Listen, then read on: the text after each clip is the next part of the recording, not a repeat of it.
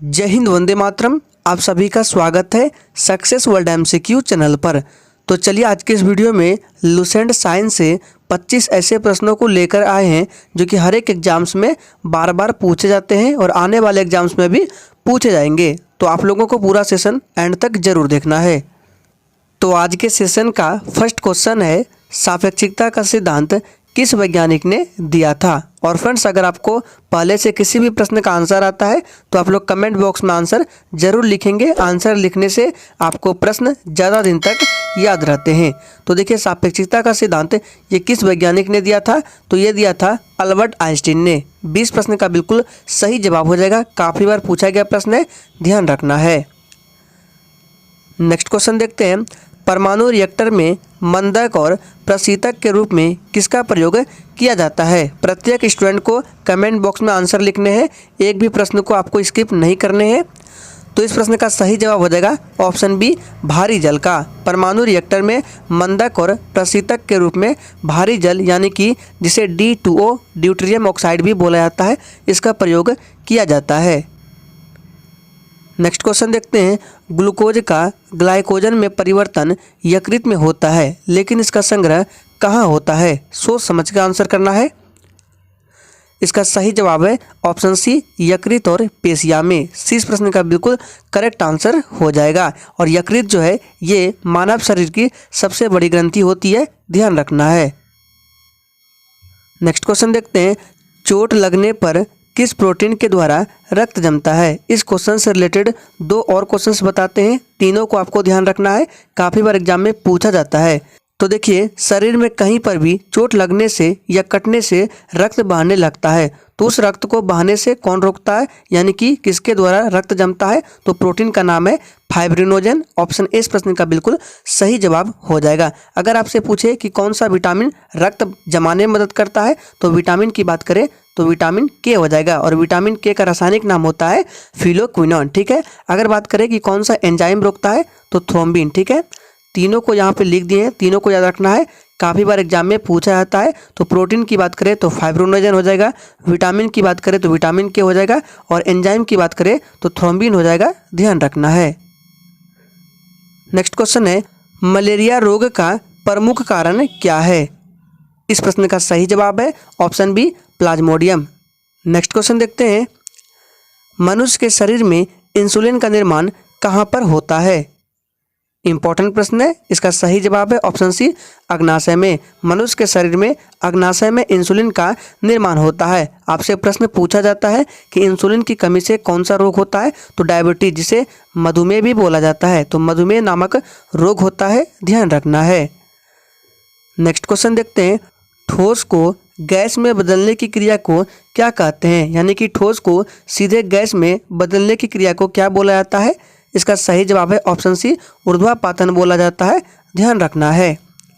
Next question देखते हैं, हास्य गैस का रासायनिक फार्मूला क्या है। काफ़ी बार पूछा गया प्रश्न है।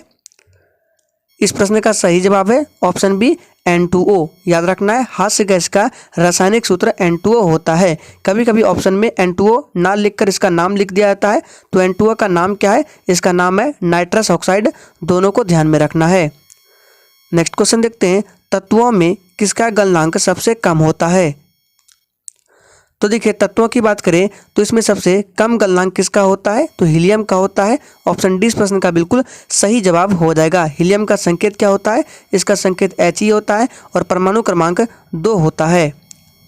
नेक्स्ट क्वेश्चन देखते हैं, जब कार्बन डाइऑक्साइड को चूने के पानी में प्रवाहित किया जाता है तो क्या बनता है। इंपॉर्टेंट प्रश्न है।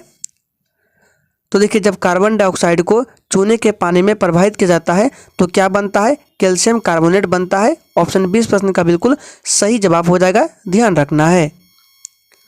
नेक्स्ट क्वेश्चन देखते हैं, सोडियम कार्बोनेट का सामान्य नाम क्या है। मोस्ट इंपॉर्टेंट प्रश्न है। इससे रिलेटेड और भी 1-2 प्रश्न एग्जाम में पूछे जाते हैं, जैसे कि पूछ लिया जाएगा धोबन सोडा किसे कहते हैं, सोडियम बाइकार्बोनेट का नाम क्या है, बेकिंग सोडा क्या है। तो देखिए, सबसे पहले बात करते हैं सोडियम कार्बोनेट का सामान्य नाम क्या है। तो इसका सामान्य नाम है वॉशिंग सोडा, यानी कि धोबन सोडा भी बोला जाता है सोडियम कार्बोनेट का। इसका फॉर्मूला भी पूछा जाता है, तो सोडियम कार्बोनेट का फॉर्मूला होता है Na2 CO3 ये इसका फार्मूला होता है। और ऑप्शन सी में जो है बेकिंग सोडा, इसका नाम क्या है? सोडियम बाइकार्बोनेट है। ठीक है, इसका नाम है सोडियम बाइकार्बोनेट, जिसका फार्मूला होता है NaHCO3।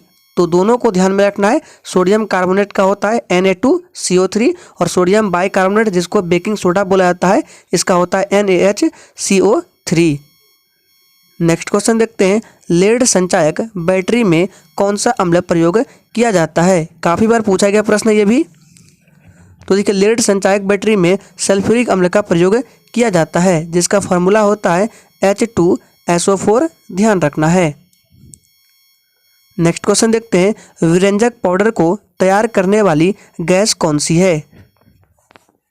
तो देखिए, विरंजक पाउडर को तैयार करने वाली गैस क्लोरीन है। ऑप्शन डी इस प्रश्न का बिल्कुल सही जवाब हो जाएगा। क्लोरीन का संकेत क्या होता है? तो Cl होता है। परमाणु क्रमांक की बात करें तो 17 होता है, ये भी आपको ध्यान में रखना है।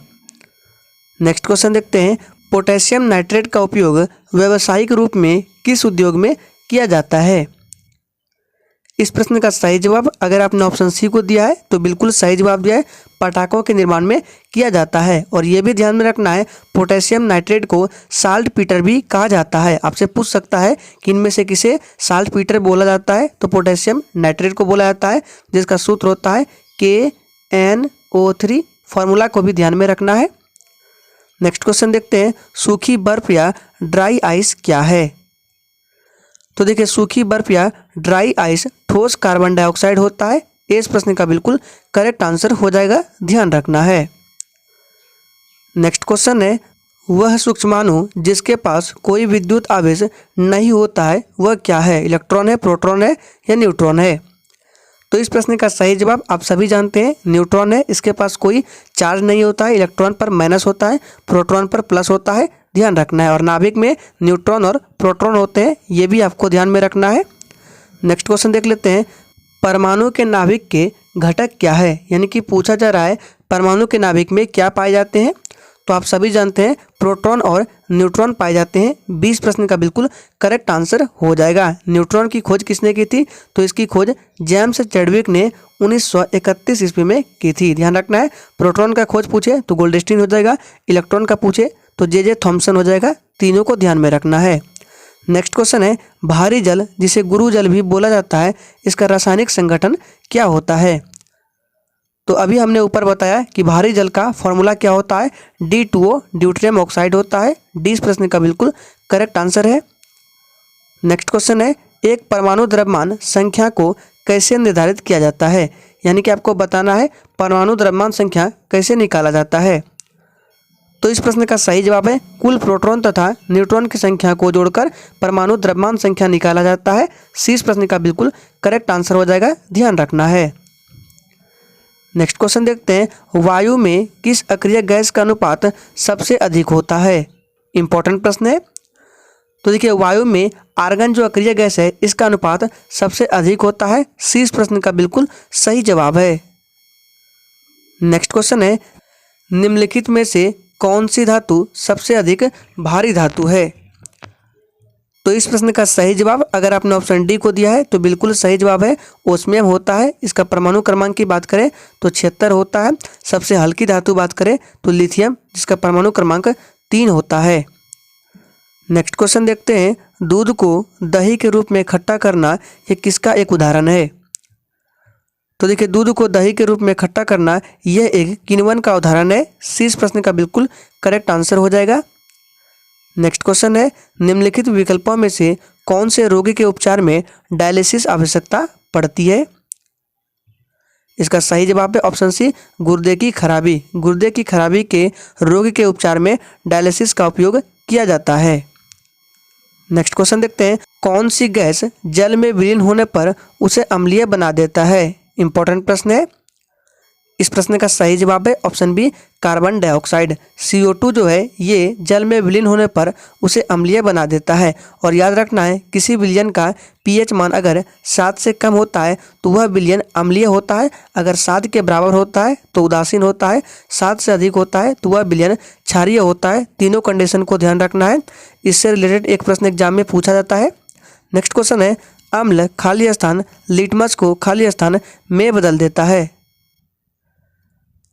तो देखिए इसका सही जवाब है ऑप्शन सी, अम्ल क्या करता है, नीला लिटमस को लाल में बदल देता है। तो आज के सेशन में साइंस के 25 मोस्ट इंपॉर्टेंट प्रश्न कराए गए। तो आज के क्लास का आप लोगों का एक प्रश्न है कि इंसुलिन की खोज किसने की थी। इसका आंसर आपको नीचे कमेंट बॉक्स में देना है। देखते हैं कितने बच्चे आंसर कर पाते हैं, इंसुलिन की खोज किसने की थी। तो आज के लिए इतना ही, तब तक के लिए जय हिंद।